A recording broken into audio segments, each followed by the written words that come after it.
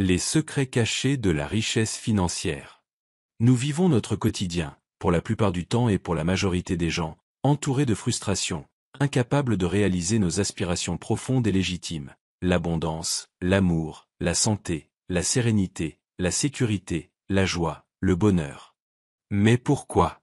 Quels freins invisibles, quels contre-courants ont été construits dans notre mental? Comment et par qui? Comment ces schémas conditionnent-ils notre vie pour nous empêcher de vivre le meilleur de notre incarnation? Dans cette vidéo, nous allons lever le voile sur ces mécanismes subtils et révéler comment vous reconnecter à votre véritable potentiel de richesse et de succès. Nous allons voir comment votre esprit vous a été volé, détourné. Et comment reprendre le contrôle, pour enfin accéder à la richesse, à la liberté et à l'épanouissement que vous méritez. Je vous invite avant de commencer à liker et partager cette vidéo, pour que cet enseignement des vérités cachées soit profitable au plus grand nombre. Je vous en remercie par avance. De même, pour plus de vidéos, abonnez-vous à la chaîne de l'École de la Transformation Profonde. Chapitre 1. Depuis la nuit des temps, l'esprit humain est manipulé. Mais pourquoi? Pourquoi tant d'efforts, tant de stratégies, tant de systèmes mis en place, juste pour que vous ne découvriez pas ce qui se cache en vous? Parce que si l'humanité découvrait réellement la puissance de son subconscient, tout s'effondrerait. Les pouvoirs qui dirigent les masses perdraient instantanément leur contrôle. Ils le savent, vous portez déjà en vous toutes les réponses, toutes les richesses, toutes les solutions. Votre subconscient est une bibliothèque vivante, une archive sacrée où sont stockées vos mémoires, vos ressources, vos vérités. Mais ils ne veulent pas que vous y ayez accès. Alors, depuis toujours, ils vous distraient. Ils vous fatiguent. Ils vous enchaînent à des dogmes, à des croyances limitantes, à des illusions de besoin. Ils vous disent que vous êtes faible, ignorant, dépendant de leur système. Ils vous répètent que la richesse est rare, que le bonheur est conditionnel, que la guérison dépend d'eux. Et à force de l'entendre, vous l'avez cru. Vous avez cru que vous n'aviez pas le pouvoir. Mais pourquoi? Parce que la vérité est dangereuse pour eux. La vérité, c'est que l'esprit humain peut tout créer. Tout. Santé, abondance, amour, liberté, tout se construit d'abord dans le subconscient. Et quand un être humain découvre ça, il n'est plus manipulable. Il devient autonome. Il devient créateur. Et pour ceux qui se nourrissent de vos peurs et de vos manques, c'est la fin. Chapitre 2. La racine de la manipulation. Donc, leur principal objectif a toujours été le même. Comment manipuler, comment asservir l'esprit humain. Pour garder sous leur coupe de pouvoir et de domination une grande masse, incapable de penser par elle-même. Une masse sans résistance, prête à avaler leur fausse vérité. Alors, ils se sont posé une question cruciale. Que faut-il ancrer dans leur esprit pour qu'ils s'enferment eux-mêmes dans la peur et dans la culpabilité? La réponse était simple. Il suffit de les rabaisser. De leur faire croire qu'ils sont indignes. Qu'ils ne méritent rien par eux-mêmes. Qu'ils doivent passer par la souffrance, par la rédemption, par une sorte de purification imposée, qu'ils en viendraient eux-mêmes à désirer, à réclamer, à accepter. Et là, tout devient facile. Car un être qui se croit indigne, obéit sans qu'on ait besoin de le surveiller. Il se punit lui-même. Il se conforme. Son esprit est lobotomisé, verrouillé, enfermé dans des croyances qui ne sont pas les siennes. Mais il savait aussi une autre chose. L'être humain, profondément, a besoin de se rattacher à quelque chose de supérieur à lui. Les premières humanités étaient reliées aux divinités de la terre, du soleil, de la pluie. Elles vivaient dans l'harmonie avec les forces de la nature. Alors, comment détourner ce besoin naturel? Comment le transformer en une prison mentale? C'est ainsi qu'ont été forgées les religions de la culpabilité. Les religions du péché, d'un Dieu extérieur, punisseur et vengeur. Car quand tu crois que tu es coupable par essence, il n'est plus nécessaire de t'enchaîner. Tu portes toi-même les chaînes. Et c'est le génie noir de cette manipulation. Faire croire aux masses que se soumettre est une vertu, que souffrir est une voie. et que leur indignité naturelle ne peut être rachetée qu'en obéissant aux règles imposées par une poignée de malfaisants qui se sont accaparés le monde, par l'esprit des foules. L'exemple le plus flagrant reste le catholicisme. Un système bâti sur le péché originel, sur la peur de l'enfer, sur l'idée que l'homme n'est mauvais, indigne, corrompu, et qu'il doit chercher le pardon auprès de ceux qui, eux, se sont autoproclamés les gardiens de la vérité. Égard à ceux qui osaient remettre en question ce système. Spinoza, par exemple. Un esprit libre, un penseur qui osait défier l'orthodoxie religieuse, qui osait dire que Dieu n'était pas un vieillard vengeur assis sur un trône, mais la totalité de la nature elle-même. Résultat ? Exilé, persécuté, réduit au silence, et finalement empoisonné. Voilà comment on traite ceux qui osent briser la cage mentale. Chapitre 3. Le plus grand mensonge, la virginité sacrée. Parmi tous les dogmes inventés pour asservir l'esprit humain, il en est un, peut-être le plus pervers, le plus absurde, mais aussi le plus efficace. Le mythe de la virginité. Le mythe de l'Immaculée Conception. On nous a répété, siècle après siècle, que Marie était vierge, que Jésus était né sans acte charnel, comme un miracle descendu du ciel. Et ce mensonge a été martelé, jusqu'à devenir une vérité indiscutable. Un dogme. Un pilier de la foi catholique. Mais pourquoi avoir construit une telle fable? Pourquoi avoir imposé cette croyance irréaliste, qui contredit même les lois de la nature? Parce qu'il fallait récupérer. Il fallait absorber. Il fallait neutraliser les anciennes civilisations. Celles qui honoraient Isis, Diane, Artémis. Les déesses païennes de la fertilité, de la fécondité, de la puissance féminine. Ces cultes étaient trop puissants, trop enracinés dans l'âme des peuples. Alors le Vatican a dû inventer une figure qui puisse fédérer, un archétype capable d'éclipser toutes les autres divinités. Et ainsi est née la Vierge Marie. Pas une femme dans sa vérité, pas une mère humaine, qui a donné naissance par l'acte le plus naturel qui soit. Non. Une icône fabriquée. Une image aseptisée, Vierge éternelle, destinée à remplacer et absorber les cultes païens. Mais la vérité, c'est que Marie a bel et bien eu une vie de femme. Elle a eu une union, elle a eu des enfants. 7 au total. 7. Ce qui n'enlève rien, absolument rien, à l'enseignement de Jésus en tant que prophète, maître spirituel, guide universel. Mais cela dévoile, en pleine lumière, la perversité de la manipulation mentale mise en place par l'institution. Car imaginez la puissance psychologique de ce mensonge. Vous n'êtes plus né de la chair, mais d'un miracle inaccessible. Vous ne pouvez pas atteindre ce modèle. Vous êtes, par essence, inférieur, imparfait, coupable. Et ainsi, le dogme enferme l'humanité dans une soumission permanente. Même le Vatican, tout récemment, a été contraint de reconnaître que ce mythe n'était qu'une construction. Mais il était trop tard. La croyance était déjà imprimée dans les âmes, dans les rituels, dans la culture. Elle avait déjà façonné des milliards d'esprits. Et maintenant, cette tradition est imbibée de crimes, d'extorsions pour cacher la vérité. Cette vérité, dévoilée par Spinoza, qui en a payé le prix fort de sa vie à 44 ans, cachée pendant 3 siècles supplémentaires au prix de multiples assassinats de tous ceux qui ont voulu mettre à la portée du grand public cette incroyable tromperie. Voilà comment on détourne la spiritualité. Voilà comment on asservit l'humanité. Chapitre 4. La récupération des faits. Quand on comprend le mensonge de l'Immaculée Conception, on commence à voir que tout le reste suit le même schéma. La récupération. La falsification. La transformation de faits anciennes, pour en faire des instruments de domination. Prenons Noël. On nous dit que c'est la naissance de Jésus. Un 25 décembre, une date soi-disant sacrée. Mais en réalité, Jésus n'est pas né ce jour-là. Cette date n'a rien de biblique. Le 25 décembre, c'était la fête du Sol Invictus, le soleil invaincu, célébrée à Rome pour marquer le retour de la lumière après le solstice d'hiver. Une fête solaire. Un rite païen. Et qu'a fait l'Église? Elle l'a repeinte aux couleurs chrétiennes. Elle en a fait la naissance de Jésus, pour mieux absorber les peuples qui célébraient déjà le soleil. Une récupération, pure et simple.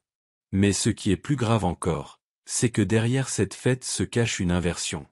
Car Noël, dans certains cercles occultes, a été associé à Saturne, au culte de Saturnalia, à des rituels de chaos et de pouvoir. Et voilà comment, sous prétexte de lumière, on cache en réalité des énergies de contrôle. Halloween. Même mécanisme. À l'origine, c'était Samhain, la grande fête celtique de la fin des récoltes, un moment sacré de communication avec l'invisible, avec les ancêtres. Une célébration puissante, connectée au cycle de la nature. Mais que s'est-il passé? Elle a été transformée. Pervertie. De fête spirituelle, elle est devenue fête de la peur, de la mort, du macabre. Les enfants, au lieu d'honorer leurs ancêtres, se déguisent en monstres, s'imbibent de peur et d'images morbides. Encore une fois, une récupération par le mal, pour inverser le sens originel et affaiblir les peuples. Et ce n'est pas seulement Halloween ou Noël. Toutes les fêtes ont été reprises. La Toussaint, l'Assomption, Pâques, chacune d'elles a une origine plus ancienne, païenne, connectée au cycle de la terre, de la vie, de la mort, du renouveau. Mais en les repeignant aux couleurs de l'Église, on a effacé la mémoire des peuples. On a détruit le lien naturel au sacré. Et on l'a remplacé par des dogmes de culpabilité, par des rituels qui enferment au lieu de libérer. Voilà pourquoi je vous le dis, rien de ce qu'on vous a enseigné n'est ce que vous croyez. Et si vous commencez à voir cela, vous commencez à sortir de la prison mentale où l'humanité a été enfermée depuis des siècles. Chapitre 5. Le fil rouge de la manipulation, peur et culpabilité. Depuis le début, tout est là. La peur. La culpabilité. Deux chaînes invisibles, mais plus solides que n'importe quel métal. Quand vous faites croire à un peuple qu'il est indigne, qu'il est pécheur, qu'il doit se racheter, alors vous n'avez plus besoin d'armée. Vous n'avez plus besoin de barreaux ni de prison. C'est l'esprit lui-même qui se ferme. C'est l'être humain qui devient son propre gardien. Les fêtes, les dogmes, les rituels, tout est construit sur cette même logique. Prenez Noël. On vous dit, réjouissez-vous, mais en arrière-plan, c'est toujours, vous êtes né pécheur, seul un sauveur peut vous racheter. Prenez Pâques. On vous parle de résurrection, mais en vérité on vous martèle encore l'idée du sacrifice sanglant nécessaire pour effacer vos fautes. Prenez Halloween.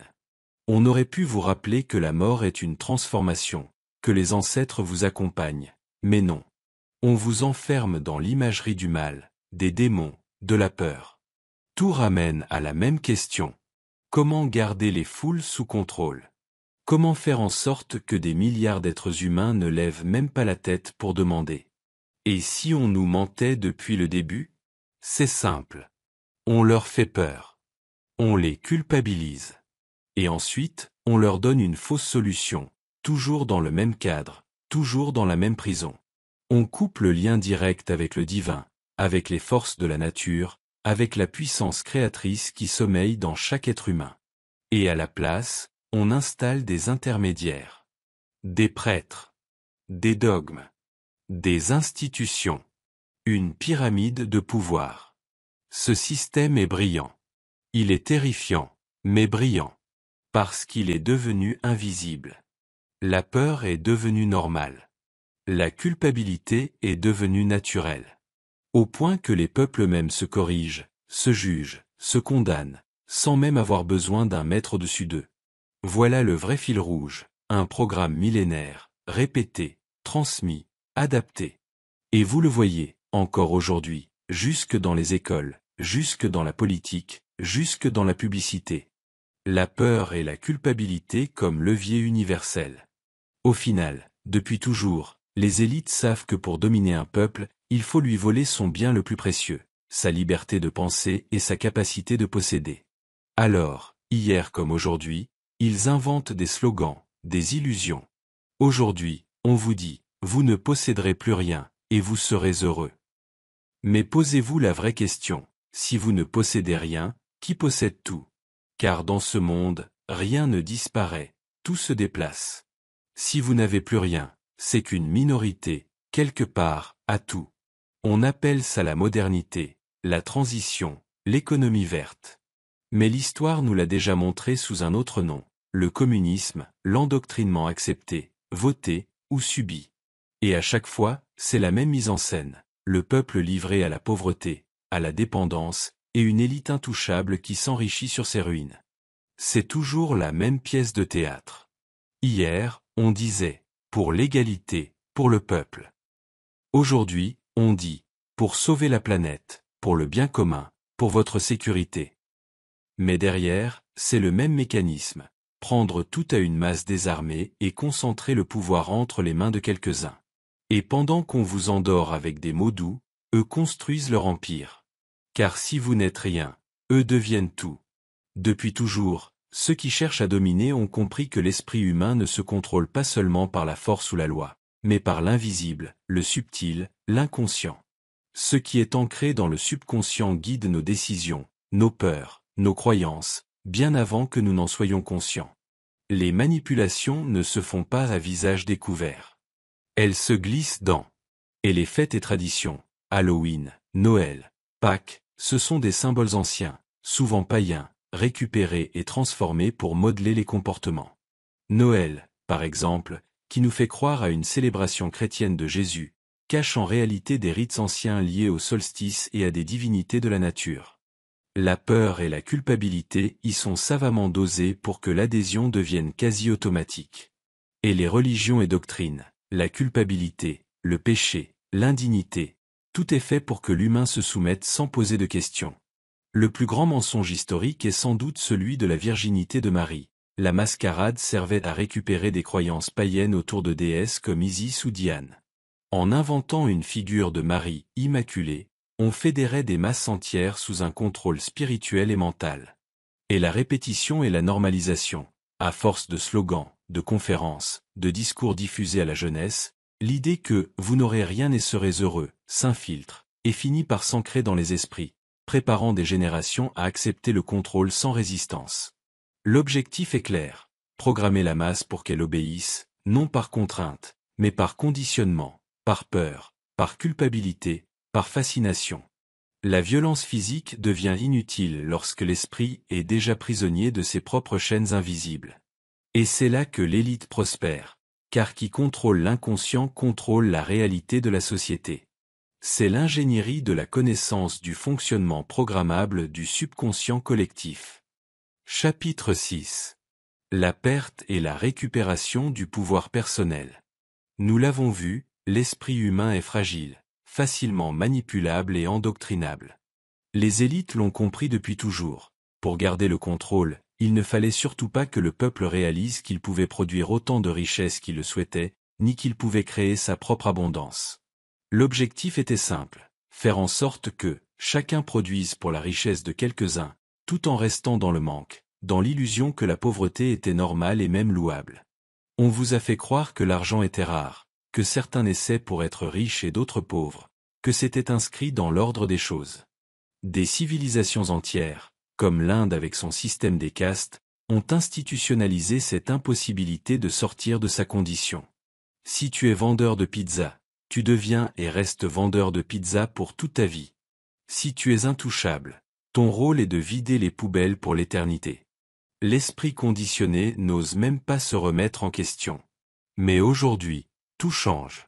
Comprendre le fonctionnement de votre esprit, sa programmation subliminale et son subconscient, c'est comprendre ce qu'ils ont fait pour nous contrôler. Et la bonne nouvelle, c'est que, ce qu'ils ont fait, vous pouvez maintenant faire exactement la même chose, mais pour vous-même. En réapprenant à programmer votre propre esprit, vous pouvez installer de nouvelles croyances alignées avec vos désirs. Et libérer votre pouvoir créatif pour attirer l'abondance. Et reprendre le contrôle de votre vie au lieu de servir celle des autres. La clé est simple, ce que vous savez maintenant, vous pouvez l'appliquer, et cette connaissance devient votre arme pour créer la réalité que vous voulez réellement vivre. Aujourd'hui, dans ce nouveau siècle, tout a changé. Les élites le savent. Ils ont peur, leur contrôle est en train de s'effriter. Elles voient que le peuple commence à penser par lui-même, à réfléchir, à se libérer des manipulations. et à reprendre le contrôle de son propre esprit. C'est la fin d'une ère où l'ignorance et la peur maintenaient la masse sous domination. La lecture a été la première libération. L'Internet éclate toutes les barrières.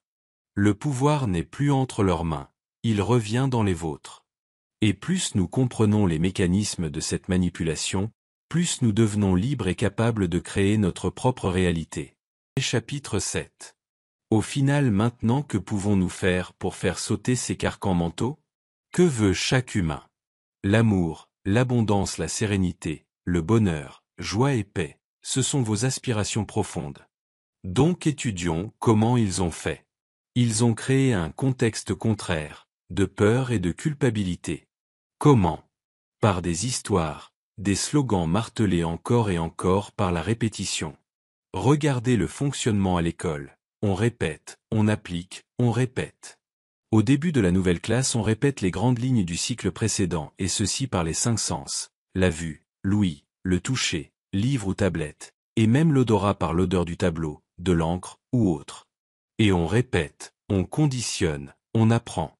Donc il en ressort que tout est apprentissage. Tout ce que vous ne vivez pas à votre avantage, c'est que votre subconscient ne sait pas le faire. Il a appris le contraire et il applique dans vos situations de vie l'ensemble des croyances qui lui ont été inculquées. On appelle ceci la programmation subliminale. Donc maintenant que vous comprenez le mécanisme, vous voyez que ces vérités imposées ne sont que des croyances programmées, répétées et ancrées depuis l'enfance. Mais la bonne nouvelle, c'est que le même processus peut être utilisé pour vous libérer et créer ce que vous voulez vraiment. Votre subconscient est comme un disque dur, il a enregistré des schémas, mais vous pouvez y écrire de nouvelles données, des croyances qui vous servent et non plus vous limitent. Pour l'argent, par exemple, ce n'est pas une rareté imposée par le destin ou par les autres, c'est juste une croyance qui a été répétée jusqu'à être acceptée comme vraie. Vous pouvez maintenant réécrire cette croyance. L'argent circule facilement vers vous, vous méritez l'abondance, vous êtes capable de la générer pour votre vie et non pour enrichir les autres. Pour l'amour, la joie, la sérénité, même principe. Vous avez été conditionné à croire que c'était difficile, rare ou impossible, mais votre esprit peut apprendre à les attirer, en répétant les bonnes affirmations, visualisations, comportements et émotions. En résumé, ce qu'ils ont fait pour nous contrôler, nous pouvons maintenant le retourner pour nous libérer et manifester tout ce que nous désirons. Au final, utilisons ce qu'ils nous ont appris, ce qu'ils nous ont montré. Des millions de personnes maintenant utilisent ce système et réussissent enfin leur vie, dans le sens de leurs aspirations réalisées. Chapitre 8. Les choses qu'on ne vous dit jamais. Vous croyez savoir comment fonctionne l'argent, mais tout ce que vous croyez savoir n'est qu'une façade. Vous pensez contrôler votre vie financière, mais vous êtes guidé par des systèmes invisibles. Chaque croyance imposée, chaque règle inventée, chaque peur, est un piège pour vous garder loin de votre vraie liberté financière. Tout est déjà en vous, tout est déjà dans votre subconscient. Vos mémoires cellulaires contiennent la clé de votre richesse. Ils ne veulent pas que vous le sachiez. Répétez-le dans votre esprit. Tout est déjà là, tout est déjà en vous, tout est déjà écrit. Écrivez-le en commentaire. Tout est déjà là, tout est déjà en moi, tout est déjà écrit. Chapitre 9. Pourquoi ils ont peur de vous voir agir? Parce que si vous saviez, si vous connaissiez vraiment les mécanismes de la richesse, vous ne dépendriez plus d'eux. Alors vous créeriez un karma positif, un flux d'abondance qui échappe à leur contrôle. Ils se nourrissent de votre ignorance, de vos peurs, de vos frustrations, et ils veulent que cela continue. Mais vous pouvez changer cela, vous pouvez reprendre le contrôle, simplement en vous connectant à ce qui est déjà là, en vous connectant à votre subconscient. Chapitre 10. Le vrai fonctionnement du subconscient. Tout ce dont vous avez besoin est déjà là, dans votre subconscient. Vous n'avez pas besoin de solutions extérieures, vous n'avez pas besoin de livres interdits, vous n'avez pas besoin de méthodes compliquées. Votre subconscient contient la bibliothèque complète de votre richesse. La connaissance que vous cherchez depuis toujours, tout ce que vous croyez manquer, est déjà en vous. Imaginez chaque pensée, chaque image, chaque désir, devenant un flux puissant qui façonne votre réalité. Un flux que vous pouvez diriger, consciemment, chaque jour, chaque instant. Chapitre 11. Ce qu'ils veulent éviter à tout prix. Ils veulent que vous restiez ignorant, dépendant, attaché à la peur et aux besoins, occupé, distrait, à la recherche de solutions extérieures, mais jamais votre propre solution. Parce que si vous accédez à votre puissance, si vous activez les ressources de votre subconscient, vous ne leur apportez plus de profit, vous ne nourrissez plus leur contrôle. Imaginez le pouvoir que vous avez, simplement en reconnaissant ce qui est déjà en vous, simplement en vous souvenant, simplement en choisissant de vous connecter. Chapitre 12. Comment reprendre le contrôle? Quand vous savez que tout est déjà là, dans votre subconscient, quand vous savez que vous pouvez accéder à cette bibliothèque intérieure, alors tout change. Votre rapport à l'argent, à la vie, aux autres, chaque choix devient conscient, chaque étape devient fluide, chaque action devient un pas vers votre liberté financière. Vous ne dépendez plus d'eux, vous devenez autonome, maître de votre destin, libre.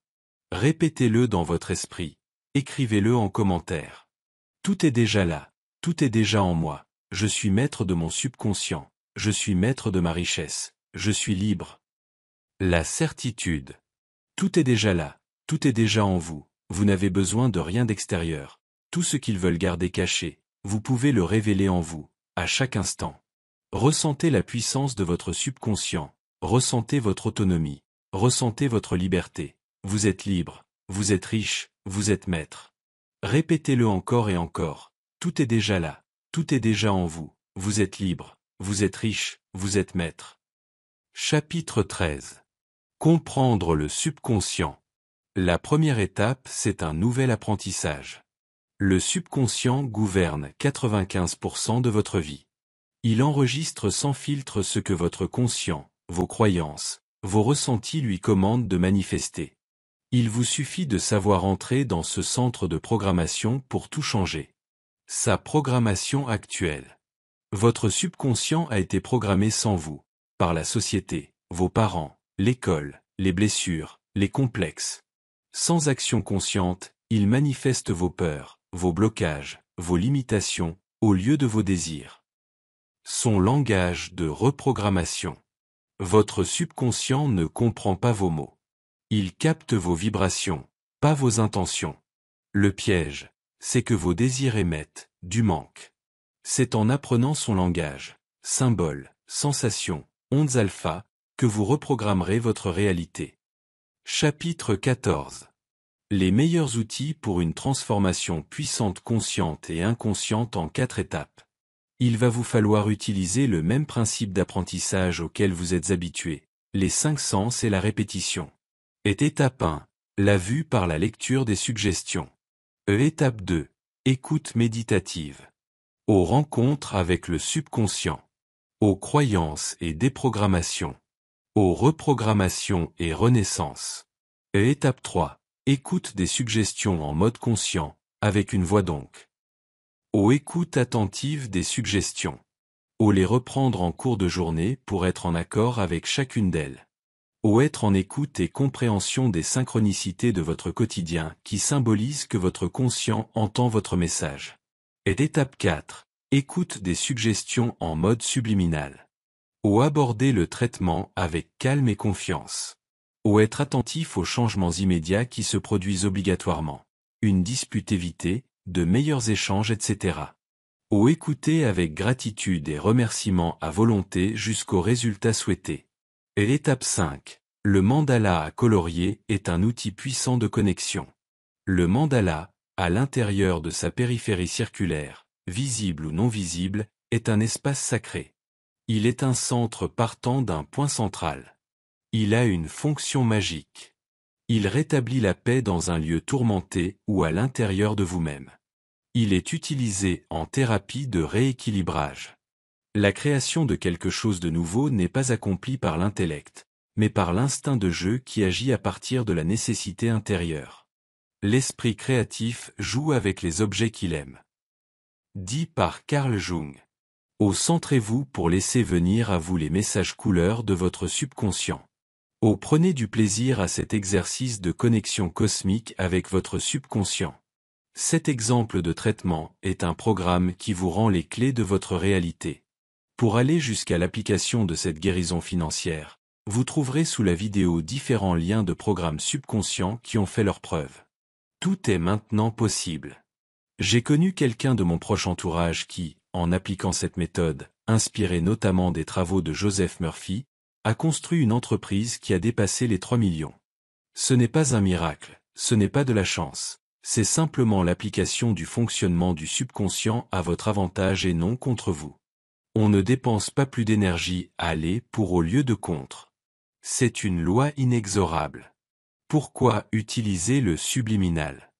Comme on l'a vu, votre subconscient dirige 95% de votre vie. Et tant que ces programmes ne changent pas, vos efforts conscients restent sans effet durable. Et le subliminal est la clé pour contourner les blocages du mental.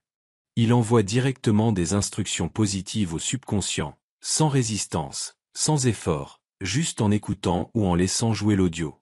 Et c'est une méthode simple, rapide et puissante pour transformer vos croyances, vos schémas, vos résultats. Même si vous doutez, même si vous n'y croyez pas encore. Le meilleur programme que j'ai rencontré est le programme de l'argent cellulaire. Avant la programmation de péché, de culpabilité, de manque, l'humain était connexion, joie, amour, santé naturelle et abondance, qui maintenant, dans nos civilisations déconnectées, est obligé de se manifester par l'énergie d'argent. Donc, il nous faut reprendre les bases d'avant le karma. Et s'il est vrai qu'il est relativement facile pour chacun d'entre nous de manifester la famille, la profession, les amis, la grande difficulté consiste à matérialiser l'argent, l'abondance financière. Pourquoi? Parce que l'humain est un être de groupe, un être social. En lui, dans son ADN, est incrustée la famille, le groupe. C'est donc quelque chose qui lui est instinctif et même obligatoire. Pour ce qui est de l'argent, c'est le grand blocage par les différents blocages de perte, de difficultés, de dettes, de culpabilité religieuse et autres. Ces blocages sont comme des rochers sur une route.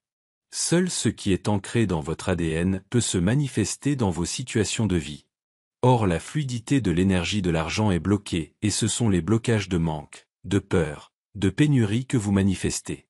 Voyons ensemble les 3 étapes de la purification de votre ADN pour ancrer en vous l'entité de l'argent actif. 1. Consciemment ou inconsciemment, nous avons tous quelque chose à pardonner. Le pardon n'est toujours que superficiel. Le ressentiment, la souffrance, c'est comme un rocher sur votre route. Il vous empêche de passer. Ce n'est pas une option de travailler à la purification de votre fluide énergétique. C'est un poison dans votre fluide cellulaire et s'il n'y avait pas ce blocage, vous le sauriez, car l'argent, qui est le sang de la matière dans cette dimension, coulerait à flot dans votre vie. Peut-être croyez-vous n'avoir rien à pardonner. D'une part c'est faux car nous ne pouvons pas conscientiser les accumulations des vies antérieures. Et d'autre part, puisque l'argent ne coule pas à flot dans votre vie, c'est vous-même, par vos croyances et vos peurs sur l'argent, qui en bloquez le flot continu. Donc, que ce soit envers vous-même ou envers les autres, vous devez faire un nettoyage énergétique du pardon. Dans ce programme de l'argent cellulaire, 2 outils du pardon sont inclus.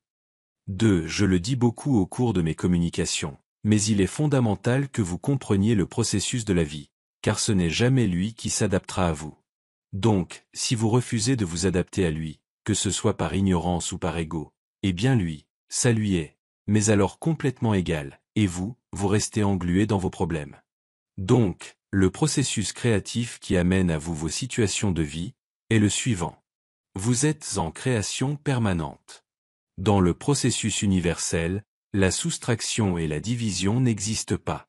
Seule existe l'addition et la multiplication. Ce qui fait que votre esprit additionne et multiplie ce que vous regardez, ce que vous ressentez.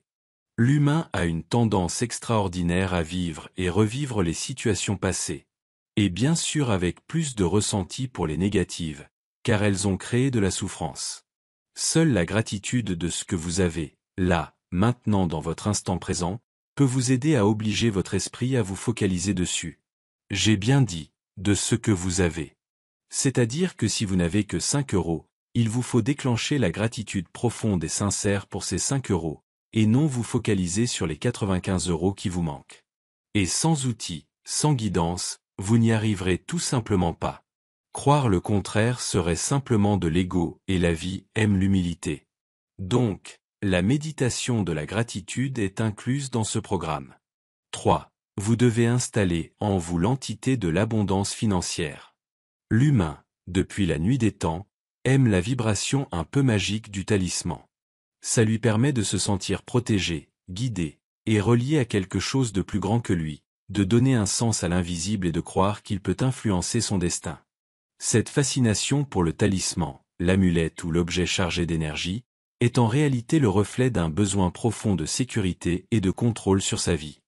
Le carré magique d'objectif reste pour moi, preuve à l'appui, le meilleur compagnon jusqu'au résultat. Pourquoi ? Il est issu de la plus ancienne numérologie hindoue. Il est construit à partir de votre date de naissance. Il crée pour vous la connexion avec le monde invisible de l'abondance financière. Ainsi s'ancre cellulairement en vous l'entité de l'abondance financière, de la prospérité de tous vos domaines de vie. Il vous entoure d'un bouclier de protection énergétique. Toute négativité est renvoyée vers son émetteur. Il vous ouvre les portes de votre réussite par les bonnes personnes, les bonnes intuitions, les bonnes opportunités. Il met en face de vous les outils nécessaires à l'éradication de vos blocages s'il ne peut le faire lui-même. Lorsque vous utilisez votre carré magique personnalisé de l'argent, vous devez être à l'écoute de ces messages. Le mode d'utilisation vous est fourni dans ce programme d'argent cellulaire que je vous conseille, ainsi que l'étude numérologique de vos potentialités financières. Si vous ne prenez pas la place d'incarnation qui vous est réservée, elle est perdue. Jusqu'à présent vous n'aviez pas les éléments en main. Maintenant vous avez toutes les clés de votre indépendance. Ce qu'on ne vous a jamais dit, mais qui est maintenant prouvé scientifiquement. Et l'humain est un être spirituel dans un corps matériel pour une expérience dans la dimension 3D de la matière. L'âme a seulement un taux vibratoire. Et désir, colère, envie, argent, ressentiment, souffrance, perte, peur, crainte, sont seulement des entités terrestres. Selon son taux vibratoire karmique, l'âme va héberger dans son véhicule terrestre, qui est le corps, les entités qui y correspondent. Il est facile de savoir quelles entités vous hébergez, il vous suffit d'analyser vos situations de vie. Et l'abondance, l'argent n'en font pas partie, il vous faut l'installer. Sans outils, sans guidance, vous n'y arriverez tout simplement pas.